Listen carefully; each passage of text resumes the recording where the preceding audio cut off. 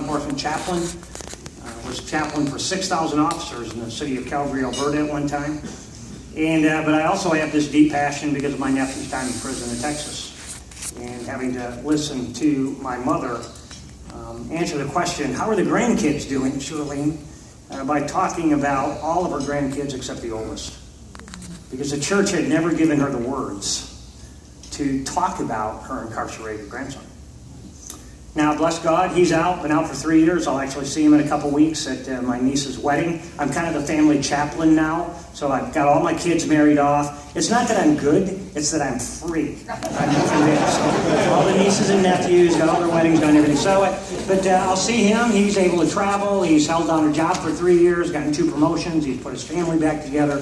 He's a dynamic dad, a dynamic husband, and growing. And I'm looking forward to the time that he'll be a Prison Fellowship volunteer going back in, as soon as we can motivate the state of Texas to understand that the best people at going in and helping individuals who are spending their time incarcerated, the best people at helping those individuals understand what it means to find redemption in Jesus are people who've walked in their shoes. Amen. I kind of stick out. I'm a white guy with a tie.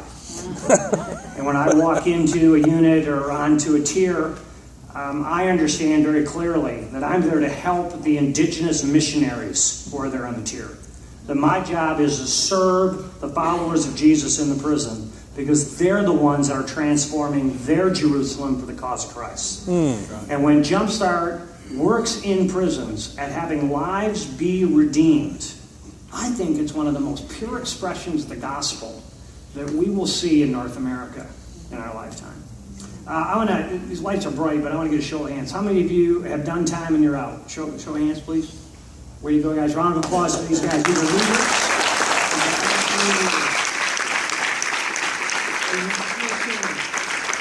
I'll tell you why. Repeat after me. We are all recovering from something. And returning from somewhere. I could say amen and leave right now, because that's really it. We're all recovering from something and returning from somewhere. Hi, my name is Jim. I'm a workaholic. I was raised on a farm in northern Michigan in a northern European family, and by no negative intention of my family at all, I got praised when I worked hard. Right? You threw a few extra bales, you fed a few extra cattle, you plowed a few extra acres, you stayed on the tractor a few extra hours. That was great stuff. And I appreciate that because I learned a solid work ethic. But I also took into my adult life that when I feel a little bit negative about myself, when I feel a little bit underperforming, or I feel as though somebody's getting ahead of me, I just work harder. And it can become my God. It can become my drug. It can become what causes me to feel better about myself when I should be looking at Jesus. And hi, I'm Jim. I'm returning from the prison of sin. My bars weren't visible, but my bars nonetheless were very much powerful. The sin of selfishness, the sin of greed, the sin of the desire for power. And every day when I kneel before Jesus, I thank him that I'm a returning citizen from that institution of incarceration called sin and not following Jesus. Friends, there's total equality at the foot of the cross. The cultural shift that we have to bring in our country it is the shift where we cause everyone in our communities to understand that in the same way that there is no sin except for denying Christ as Lord, the one thing that keeps us out of the kingdom, but there's nothing that God doesn't desire to forgive us for, including that. There is no crime or poor decision that disqualifies someone from being able to come home and have a second chance. And that's a culture shift. I'm part of the Colson Task Force on Federal Prison Reform right now. It's a congressional presidential task force. We're getting ready to provide recommendations for the Congress and for the President next January. We will sit in the Oval Office, we will sit in a joint session of Congress, and we will make recommendations on how the Federal Bureau needs to be reformed. It has grown by 700% in the last 15 years. Its primary driver are mandatory minimums dealing with drug trafficking. Many of the individuals that get that 20-year sentence on something called the conspiracy, enterprise conspiracy, are simply the guys and the women that get caught up in a sting. And the enterprise leader, the one who should be getting the most years because he's the one running the show, he runs to the federal prosecutor and he gives a whole list of names. And there may be one guy like I sat next to in Atlanta 2 weeks ago, 19 years old. He made one drug drop. Wrong, against the law, shouldn't have been there. One drug drop. And his mandatory minimum is 20 years. But here's the key, listen to me. He sat next to me and we were talking to about 12 men who were doing their time. And we were talking to them about their experience of doing time. And were they getting what they needed in order to learn a trade for when they got out? Were they getting the spiritual feeding that they needed? Were they getting proper health care? And this young man didn't talk. And finally I looked at him and I said, hey, I really want to hear your opinion. And he looked me in the eye and he said, sir, I'm in here because you told me my behavior wasn't appropriate. But you are not telling me what appropriate behavior is. It crushed me. Because, friends, that's the condition of our correction system in America today. Incarcerating some of our best and brightest and not telling them what appropriate behavior is and how they can get out, stay out, and find the potential in Jesus Christ. Jumpstart is changing that. Jumpstart is making that difference here in South Carolina. Jumpstart is reproducing what we see produced in Scripture. Today is Yom Kippur. Not sure if you know that. It's obviously a Jewish holiday. It comes out of the Torah, out of Leviticus, and started actually with Moses and Aaron, and came about during the delivery of the second tablets of the Ten Commandments. So remember the story? They come out, they get out of Egypt, they get across the Red Sea. I've often thought about this. I don't know about you, but if I would have crossed the Red Sea, I think I would have been in for life. That wasn't it. And really, you go, no, Jim, you wouldn't have been. And you're right. But anyway, the Israelites get there. Moses goes up to the mountain, right? He gets to go to Disneyland and see Jesus. And they're kind of stuck. And they make this fire. And you know the story. They make a golden calf. I always love Aaron's answer. Moses comes down and says, Aaron, I left you in charge. What happened? I don't know. They threw the gold in and out jumped this calf. Right? Man, if you read the text, that's pretty much what it is. But it sounds like a lot of the answers that we give when people ask us, but I won't go there either. And kind of like Adam, right? Adam, what happened? What me, Lord, is this woman you gave me, right? She made me do it. It all started back then.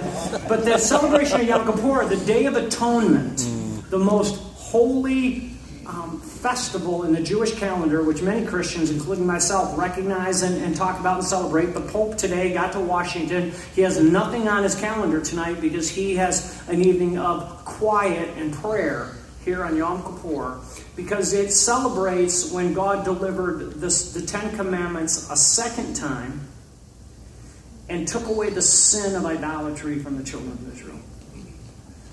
Now stop there just a minute and put yourself in God's shoes. He brings his children out of Egypt. He not only brings them out, but he brings them out with huge fanfare. And he brings them out, frankly, against their own will. Remember? They're kind of a whiny bunch. And you have that great phrase in the Old Testament, they were stiff-necked. Right? You see that, right? When our children were little, we could see that stiff-necked thing going on, right? But he brings them out, and he brings them out with great fanfare. He not only brings them out, he embarrasses Pharaoh. Brings them out, doesn't only embarrass Pharaoh, but he has the Egyptians give the Israelites all the loot.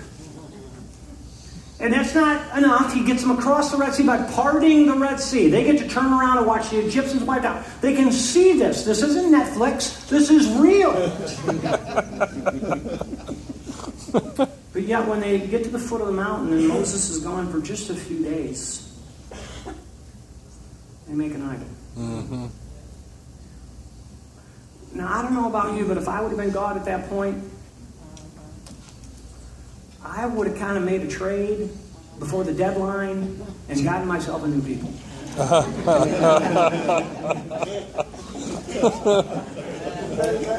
But God had made a promise. But God. God had made a promise that he would be their God and they would be his people. Mm-hmm. He takes Moses back up to the mountain, gets another set of tablets, and writes his law down again. And he says, okay, Moses, take 2. Let's try this again. And not only does he deliver these tablets again, but he gives them this festival of Yom Kippur. The Day of Atonement, the day of cleansing. The day that Jewish families sit and reflect on their rebellious ancestors and on the faithfulness of God. Now, the beauty of the Bible is it tells us the good, bad, and the ugly. And you can always find yourself in the story. I'm an Israelite. I make gold calves. But my father is Yahweh. Yes. The God of a mountain. Who will give me the message again when my heart becomes soft. There's beautiful imagery at the crucifixion of Jesus. But there's irony there that is, I think, completely missed by most of us who have not had the experience of being incarcerated. I think those of you that have been through that path and that God has, frankly, blessed you with that journey, has given you insight into a part of life that most of us don't have. You catch this irony, but the rest of us have to be reminded of it. Jesus is hanging on the cross. In the Gospel of Luke, the Dr. Luke kind of gives us a few more details of this event, and it may be because he's a doctor and he's a little more detail-oriented, and he wants his readers to really kind of get this. And in Luke 23, he has this imagery of Jesus hanging. On the left is a convicted felon, and on the right is a convicted felon.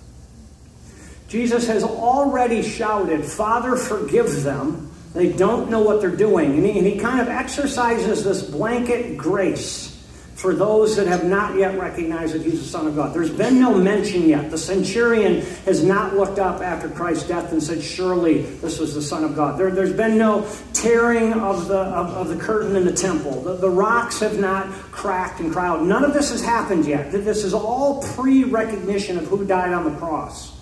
And these two thieves are kind of joining in with the banter and joining in with the blasphemy that's going on. And our Savior is hanging there. His mother and the Marys are there. And John is there. The rest of his friends are gone. And the one thief says, hey, if you're this Messiah guy, if you're the king of the Jews, like the sign above your head that the Romans hung there to make fun of you and the Jewish leaders, if you earned that crown of thorns that they ripped into your head and then took off, if that seamless tunic that the centurions are now gambling over is really yours, get us off this cross and save us and save yourself. And in complete arrogance, I think even in his own agony, he laughed at Jesus. The thief on the right, now don't miss the detail in Scripture.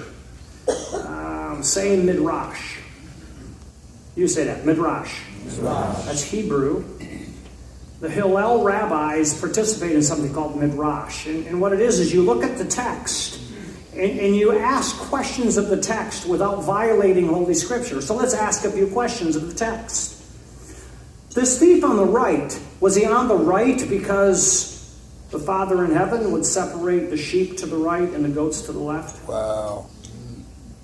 This thief on the right, who's about to make a great testimony, did he hear Jesus teaching? Was his family Jewish? Did he hear Jesus in the street? How does he know to look and say, Jesus, remember me when you enter into your kingdom? He's got some churchy words going there a little bit, right? He learned some of the language somehow, so we don't know his background. Maybe he came from a good family. Maybe he was influenced by a wonderful godly grandma. Maybe she hauled his katukas to the synagogue Sunday after Sunday after Sunday. We don't know, but what we do know is somehow someone influenced that thief on the right. And he had the humility, even in his last moments, to say, I really blew it here. I need a Yom Kippur. Mm-hmm. And he rebukes the thief on the left, and he says, hey, man, don't you know who you're talking to? That's another huge clue. If you go, what do you mean? If you participate in this Jewish activity of the text having 70 faces, whoa. Maybe he was one of the small D disciples at one time. Maybe he was one of the ones who were following, but when Jesus talked about eating his flesh and drinking his blood, remember the text says, and at that time many disciples left him because that was a tough teaching. Maybe he split. Maybe he knew Judas. And he was a thief with Judas. Maybe he was that close to Jesus. We don't know. All we know is he cries out. A convicted thief cries out. Catholic history tells us his name is Dismas. And they call him Saint Dismas, the good thief. But what I want you to hear is Jesus' answer. Because here I think is where we learn about grace. Remember the question, Jesus, will you remember me when you come into your kingdom?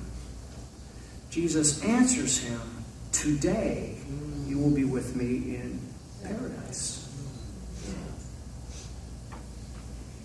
When we come with a contrite, humble heart, and we declare with our mouth and believe in our heart that Jesus is Lord,